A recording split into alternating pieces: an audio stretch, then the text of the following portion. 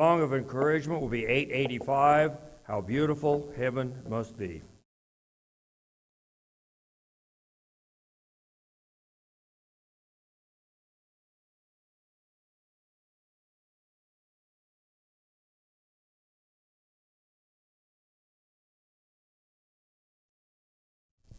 I think I'm good. I think I'm on. I'm grateful for so many this morning. There are so many who are working tirelessly throughout the week to do good and positive things for the Lord's church, for His kingdom. We're just so thankful that we get to assemble together as His people, as those who belong to Him, as we've been talking about out of the book of 1 John, out of his first epistle. It is just such an honor for us to be able to assemble together as those who belong to Him. I hope that we're excited about the things that are going on. I hope that we've received encouragement from each other as the ladies continue to get together, as we continue to do things with various congregations and have collaborative efforts. It's all a part of benefiting the kingdom here in our community, that stretches even beyond Yucaipa's borders. So we're so thankful that we have so many who are working diligently for the cause of Christ. And I'm grateful that everyone who's here this morning is here. I'm thankful for all those who are joining us online. We do have a number who join us from week to week online, and we're just so thankful that they're seeking encouragement, even if they're unable to be here. Perhaps they're sick, perhaps they're far away, perhaps it's somebody from the community, or whatever it may be. We're just thankful that we have that avenue to utilize for our benefits, and so that we can receive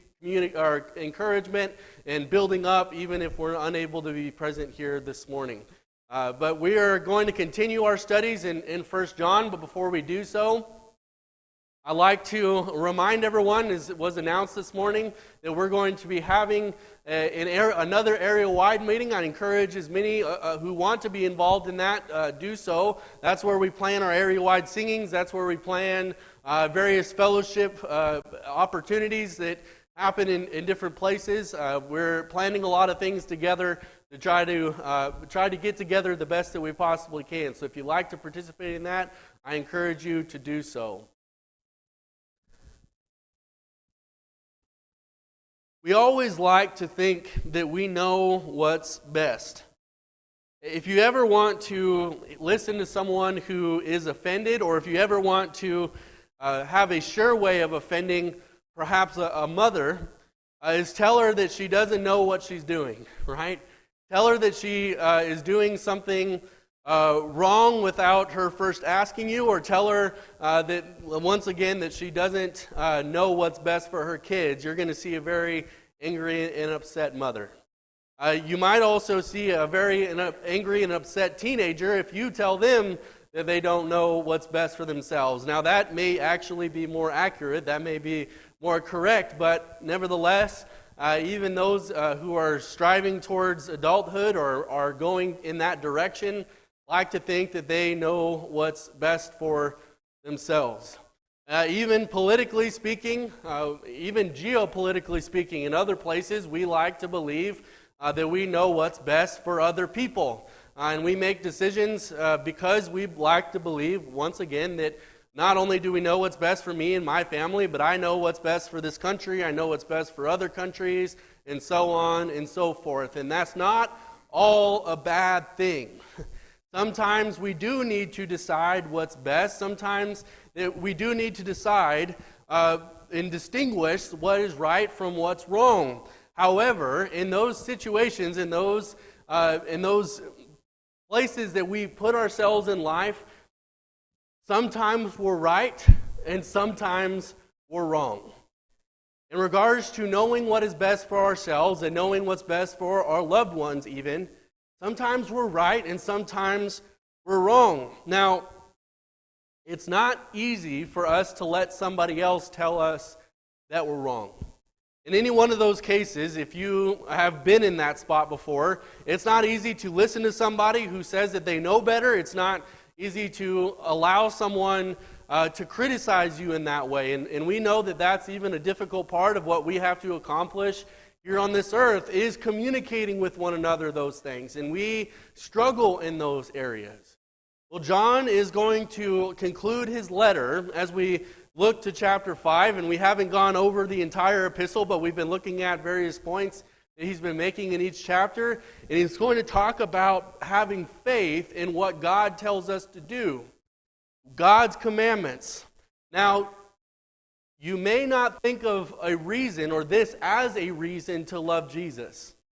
And actually, as a matter of fact, whenever you hear criticisms of religion or corporate worship, as some like to call it, or the various things that we say are right and wrong biblically, one of the biggest criticisms is we don't want to place a burden on others, and we're going to actually talk about that in chapter 5. And others will say that they're not obligated to fulfill such commands and things of that nature, and people receive it in a way that the God of the Bible is just trying to lord over us as someone who basically just created us so that he could tell us what to do. And it's somewhat of a teenager type perspective, and my parents are there purely to tell me what to do and make my life miserable. Well, that's not why the God of the Bible does and says what he does.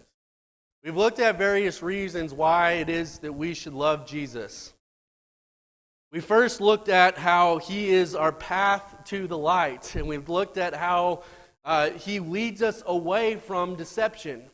Meaning there's different things that the darkness tries to keep secret, that tries to keep from our attention, but Jesus is the light. He's leading us away from those who would seek to lie to us, and he talks about that in chapter 1. He is on our side. Even though we make mistakes, even though you and I sometimes do things that are unwise and are negligent in regards to what God has told us to do, he's on our side, meaning he's doing everything that he can to point us in the right direction, and we looked at that in chapter 2. Finally, we started to talk about love, and we looked at what genuine love is. What does the Bible mean when it says love? And we talked about that out of chapter 4. In chapter 3 going into chapter 4. And then in chapter 4 we talked about how God is perfecting love within us. He says this is what God is trying to accomplish in you as a result of the love that came manifest through his Son. Right? As a result of that, you should have this type of love growing within you. And that is what we talked about last week. These are all reasons that we should love Jesus, right? And finally, we love Jesus because of his commandments. We love Jesus because of what he tells us to do. And like I said, that sounds backwards, that sounds strange. Many of us don't like those who are in charge of us for that reason. We don't like people telling us what to do and that they know better. But Jesus is going to, Jesus through John through the Holy Spirit is going to tell us why it is that we have this perspective towards what God is telling us to do. He's going to teach us to have faith in those commandments. All right, and some reasons why. And like I said, as we continue down through 1 John chapter 5, try to keep in mind the things that we've already studied in regards to his love and all things that were talked about in chapter 4, because this is setting up what he's discussing in chapter 5. So number 1, as we look down, he teaches us to have faith in God's commandments for each other's sake. This is why you ought to love Jesus. This is why you ought to keep his commandments. It's not just for your sake, but for the sake of others. Look what he says in 1 John chapter 5 and verse 1.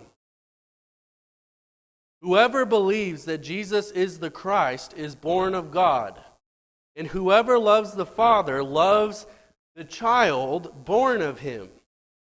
By this we know that we love the children of God, when we love God and observe his commandments. So we have established that we need to love one another, but here's how, according to 1 John. He says, love God, number 1, and number 2, keep his commandments. But not only that, that directly translates in how it is that you love each other. And we spent a great deal of time talking about that last week out of chapter 4.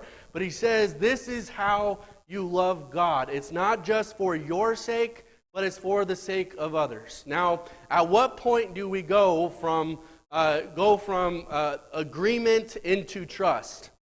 This morning we talked about how the difference between agreement and submission, right? The Bible uses that word submissive quite a lot, and we talked about how submissiveness starts where agreement ends, right? You're not really being submissive unless you are doing something that goes beyond just what you agree with, right? If I do something that you agree with, it's not because I'm submitting to you, it's because I am in fact agreeing with you that that's the best thing. Well, God tells us a lot of things perhaps that we don't necessarily agree with initially, right? Maybe it's changing our worldview.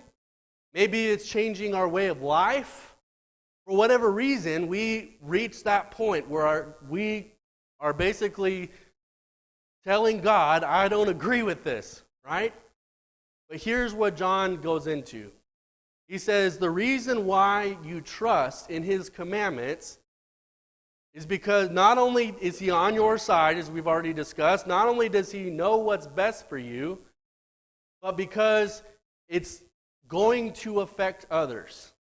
It's going to have an impact not just on you, but it's going to have an impact on others as well. As you continue to look down in verse 2, he says, by this we know that we have the love the children of God when we love God and observe His commandments. So he says, you need to love those who are born of Him. And we already talked about that in regards to an established relationship, right? But he says, if you love those who are born of Him, then you're going to love God and keep His commandments. Keeping His commandments is the way we can know whether or not we love each other. Now, sometimes putting our own soul in jeopardy is not motivation enough. Sometimes putting my own soul in jeopardy is not motivation enough for me to then turn from that and go on and do the right thing. And we see that expressed actually a couple different ways in the New Testament. Paul talks about in Romans chapter 9 how he would trade his own soul, in essence. He would lose his own salvation, is a more accurate way of putting it, for the sake of others. Meaning, even if he had to be lost for forever so that others might be saved, he would do that. And he says that in regards to his kin, in regards to those that he loves, but sometimes we are not motivated enough just for ourselves. We've already talked about in chapter 4 how it is that we love one another. Now, it's regarding sacrifice and allowing the sacrifice of Christ to set the tone for our relationship with each other. But now he's saying, you need to start thinking about the sake of others and putting their souls in priority. Right? Because if I'm not motivated enough for my own salvation, what about the salvation of everyone you love? What about the salvation of your spouse? What about the salvation of your kids? What about the salvation of your grandparents, your parents, your friends that you've been friends with for decades, years? What about their salvation? You see, what he's pointing out here is a reason why you love Jesus because of His commandments is because He's not only teaching you what's best for you, but He's teaching you what's best for everyone. Meaning not only does it affect you in a positive way, but it has the potential to affect everyone and be what's best for everyone that you love and know and come in contact with. This is a good thing. Because just like what we've already talked about, we've already discussed how sometimes we love each other the wrong way. Meaning sometimes we love each other, we have good intentions, but good intentions actually does more harm than good if not pointed in the right direction. What is it that we're truly trying to accomplish? As we see God's commandments and its impact on others, hopefully we realize that we trust even when we disagree, even when we feel as though there's a different path that would be better. We trust in God's commandments because we know it's best for us and we know it's best for the people we love. Secondly, as he continues down, we have faith in God's commandments because his commandments are not burdensome. It says, continuing down in verse 3, it says, "For this is the love of God, that we keep his commandments, and his commandments are not burdensome." 1 John chapter 5 and verse 3. Sometimes we have good intentions, but those good intentions can do more harm than good. If you look in the life and the ministry of Jesus, he goes to his people who are doing the best that they can, some of them, to follow God's commandments, but the leadership are overstepping their bounds. And we've been talking about that a lot in the Gospel of Mark on Wednesday nights. But the problem is that they decided for the group, for the whole, what was best. And not only that, they went as far as to place more burdens upon the people than what God had placed on them. Meaning God said, "I want you to rest on the Sabbath." I say, not only do you have to rest on the Sabbath, but you can only make X amount of steps on the Sabbath. You can only perform these responsibilities or these tasks on the Sabbath. I place all kinds of extra burdens upon people. Now, please, let's not misunderstand what he's saying. God's commandments are challenging. Fulfilling our faith and our obligation, our promise to him is challenging. But what he says when they're not burdensome, or that they're not burdensome, is that sometimes it's harder to please people than it is to please God. Sometimes it's more difficult to please the brethren than it is to please God. So who is it that we're really trying to please? If I know in my heart that I'm doing everything within my power, I am doing my best to please God, making mistakes, learning and growing, but it still displeases the brethren, I can still have confidence before him. You see, we'll have more lessons in the future about transparency and how for some reason in the church we have this lack of transparency as a fear of being judged by one another, as a fear of whatever it may be, failing to please men. We kind of hide ourselves, we shelter ourselves so that we don't have to deal with the wrath of men. But he's saying here, what Jesus has told you, if you understand really what motivates you, if you understand that this faith that he's talking about allows you to overcome the world, which we'll talk more about in just a second, then you're not going to be burdened by what Jesus expects. Now, does Jesus expect you and I to be here this morning? Absolutely. Does Jesus expect us to share the gospel message with other people? Absolutely. Are those things going to challenge us? Absolutely. Are we going to fail at times doing those things? Absolutely. We know we're covered by the blood of his Son. We know and can go about those things confidently because Christ died for us. And that is the focal point of everything that he's trying to say.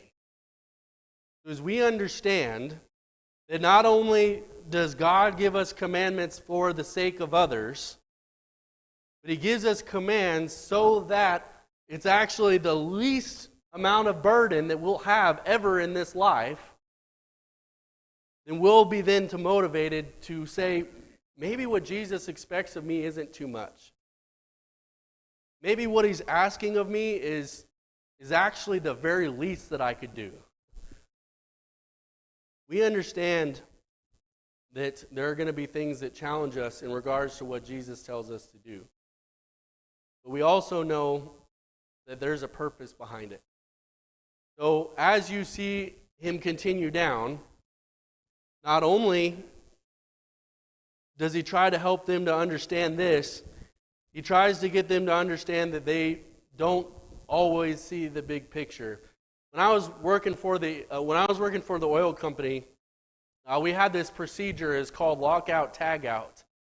And what happened was, is we would go to this power source and we would cut off the power to these big heaters that were in huge, massive oil reservoirs. And the reason we would do that is we would put this lock on the power source so that no one could unlock it. No one could connect the power source until we were done and outside of the tanks, because if those heaters turned on while we were still inside the tanks, that would not be a good thing. So we trusted someone to go down with the lock and put on that tag, to put on that lock that would cut off the power source.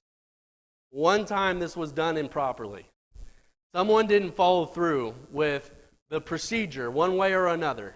I don't remember the details exactly, but someone thought it was locked out, but in fact wasn't. So we went into the tank. It's an empty, just picture a big metal box that's empty with heaters inside of it.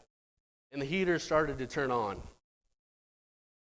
And then we were pulling people out, and there was smoke billowing everywhere just because of the oil residue that was on the side of the tank. And we pulled people out. Well, only one person kind of got injured a little bit, but we successfully got everybody out. And afterwards, we had a meeting. We had a discussion. We said, okay, this is why we do this. This is why we have these procedures. It's not so that you have this extra step when you already have all this other work to fulfill. It's because, is it going to be less troubling or more troubling for you to fulfill your task if the heaters are on? If the heaters are on, it's going to make everything more difficult. You just clearly didn't see it appropriately. When we start to see what God tells us as a burden, it's not because of really any other reason other than the fact that we just don't see the bigger picture like He does. Hopefully we can see ourselves as wanting to do what God says for a number of reasons, but He doesn't stop there.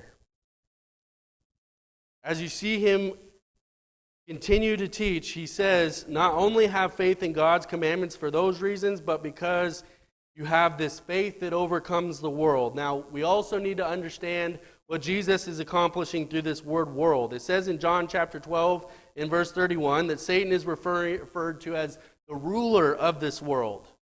In 1 John chapter 5 and verse 19, we know that we are of God and that the whole world lies in the power of the evil one. He's saying the world is that which is influenced and persuaded by the evil one, the one who is trying to deceive, the one who is bringing about darkness in that which God has shed light on. All of these things he's talked about out of 1 John. Even concerning those demonic influences back in chapter 4, the world is where Satan has power. But here's the important part. In verse 4, chapter 4 and verse 4, he says, you are from God, little children. I'm sorry, chapter 5 and verse 4. You are from God, little children, and have overcome them, because greater is He who is in you than he who is in the world. The problem we have is that too many people believe that they can overcome the world by themselves. They think that they can put their faith in themselves to overcome the world, but just like we sing, "Oh, victory in Jesus, my Savior forever," is teaching us that that is not the reality when it comes to what is happening in the world. You see, I've heard people come to me and say, "Sage, you know what? I can teach my kids to be a good person without studying the Bible. I can teach my kid, or I can teach and set a good example and be a good person in the community without going to church. I don't have to do these things," right? What he's saying is that concerning these demonic influences, they are the reality. They are just as much of a reality as you and as me. These things are here and they're present. You can choose to ignore them. You can choose that to pretend like they're not there, but he's saying this is what the situation you're in is. The only victory that you will find is your faith in Jesus. The only way that you are going to overcome the world and its deception is your faith in Jesus. We've spent a great deal of time talking about why that's true. Only Jesus could appease the anger of God because of the things that you and I have done. Only Jesus can mediate. Only Jesus can be that propitiation. Only Jesus can accomplish things for us. So if we put our trust anywhere else, it's not going to accomplish the manifestation of God's love and the agenda that God has with it in the world today. I hope that as we look at God's commandments, we don't look at it in the same way that we do in other settings, where someone's trying to tell me something to do and I just want to ignore them. Someone's trying to lord something over me and basically we don't know whether they're right or wrong. They're just trying to make me do it their way, so I get all frustrated. Well, James says in James chapter 1, he says, the anger of man does not produce the righteousness of God, specifically in regards to the response to God's word. If I get angry with God because I don't like what he tells me, there's no other path, there's no other avenue to righteousness that the Creator has provided to you. I hope that we see his commandments as a good thing. When we see that God tells us that something is wrong, we say, you know what? Maybe he's trying to make my path easier. Maybe he's trying to give me purpose in a life that actually goes beyond that which is temporary, according to the book of Ecclesiastes. Maybe he's doing everything that he can to love me in the best way for me. He's not trying to hurt me. He just wants what's best. There are a lot of difficult things to accept in Scripture because of our baggage out in the world. Let's not allow that to get in the way. Hopefully we as the church will find this as a reason to love Jesus, not to shy away, because we think we know what's best. Let's further prove that in our actions, and let's love each other in the way that Jesus wants us to love each other. And that means following his commandments for their sake, knowing that it is best for everyone that we love. I hope that we can be that way with each other and that we'll embrace this as a part of our fellowship and as a part of our relationship to one another. If there's anything that we can do, if there's anything that we can share with you or that we can pray for you, please make that known while together we stand and while we sing.